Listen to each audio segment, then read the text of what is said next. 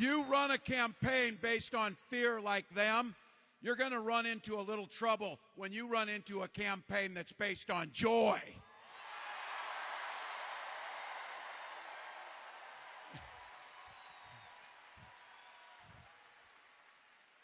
These guys are focused on the past, like the 1850s past. This campaign's focused on your future.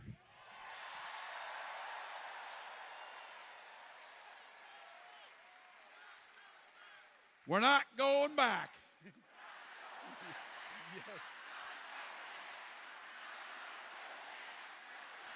Wow. Wow, wow. Here's the deal. Here's the deal. That convention had one purpose, to coronate one man. Ours, by the way, they got a little party going over in Chicago. They didn't know the big party was here in Milwaukee tonight, so this is where it's at. It's not a celebration of a coronation of one man over there. It's a celebration of all of us over there.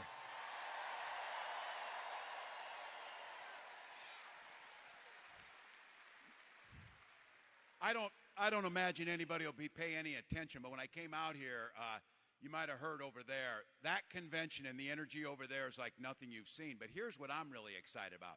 Not only do we have massive energy at our convention, we got a hell of a lot more energy at where they had their convention right here.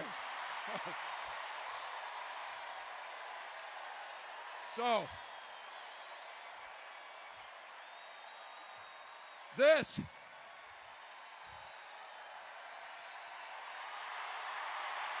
yeah.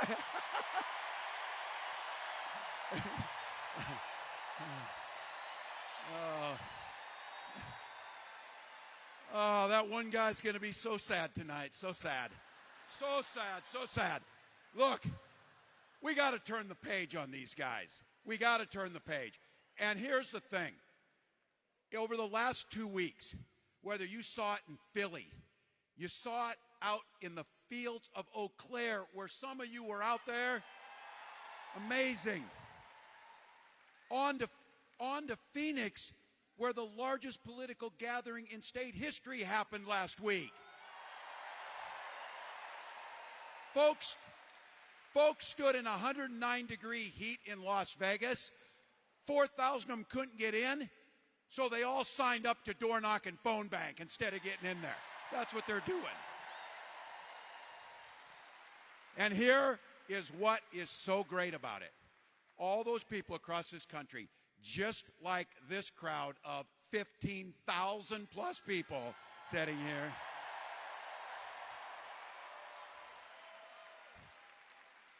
You all came for the same reason. You love this country. That's why you came.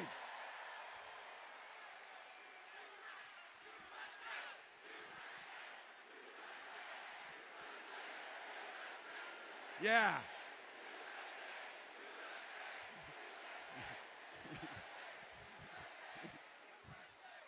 My notes said, this campaign has a lot of momentum. Can you feel it? Hell yes, we can feel it. It's what we do. It's what we do. Something's happening. For those of you in here and for the young folks in here, some of you, something's happening. And it all begins with Kamala Harris.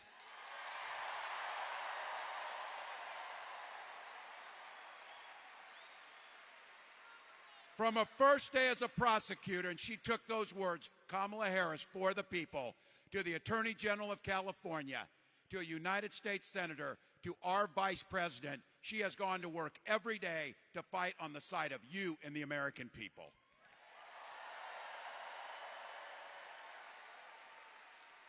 Took on the predators, took on the fraudsters, took down the transnational gangs, stood up to powerful corporations.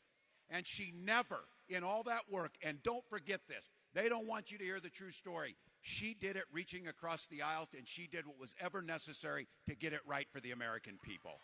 To get it right for the people.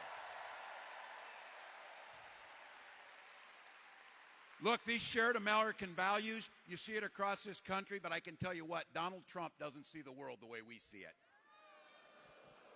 This guy weakens our country, mocks our laws, sows chaos and division amongst all of us. And here's the thing, they're not even hiding it. What he's planning to do is even worse. Now look, these guys are trying to hide what they're doing. They're trying to figure out what it is. And I've said this, I coached high school football long enough to know, don't ever close the yearbook. Don't ever close that yearbook. But look, I know if you're going to take the time to draw up a playbook, you plan on using it. So this Project 2025 thing, it is simply the playbook. And they're going to call the plays straight down the line. And it always starts with the same old crap. Rig the economy for those at the top and screw the people at the bottom. That's what they do. Your costs go up. They repeal the Affordable Care Act and bring us back to pre-existing conditions. They cut Social Security and Medicare, the very things that keeps my mom out of poverty. They will ban abortion across this country. Make no doubt about it. Make no doubt about it. And J.D. Vance, he writes the foreword for the architect of the Project 2025. Look, you can find joy in the world everywhere. Here's where I find my joy. On October 1st, we're going to have a little talk, he and I, on the same stage. So,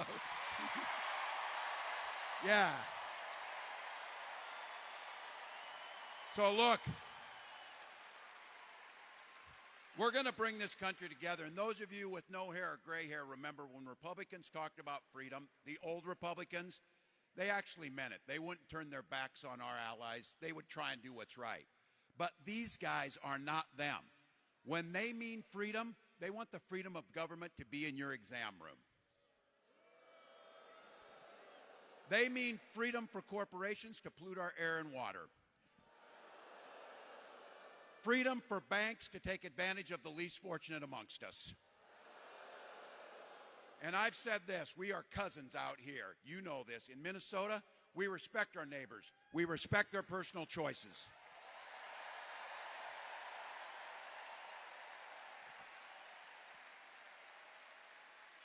Even if we would not make the same choice as our neighbors, we respect them because we live by that golden rule.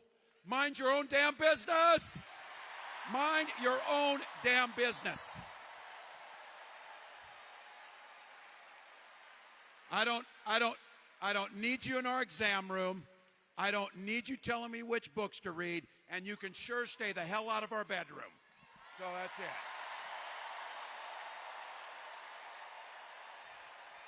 So look, I couldn't be prouder to be on the ticket and to help make Kamala Harris the next president of the United States.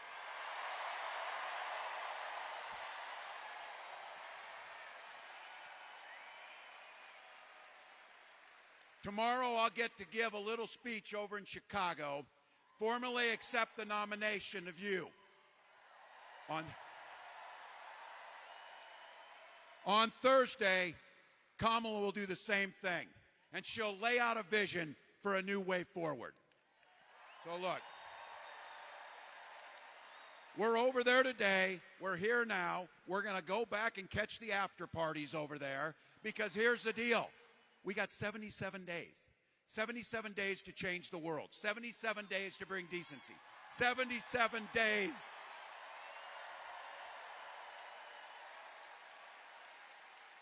Because look, we are not waking up on that 78th day.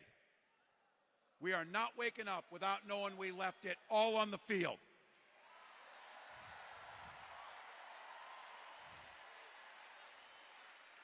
I've been saying it. You've done it. You've done it. Sleep when we're dead, but do the work now. Sleep when we're dead, but do the work now. This campaign is simple. We believe in the promise of America. It's that simple.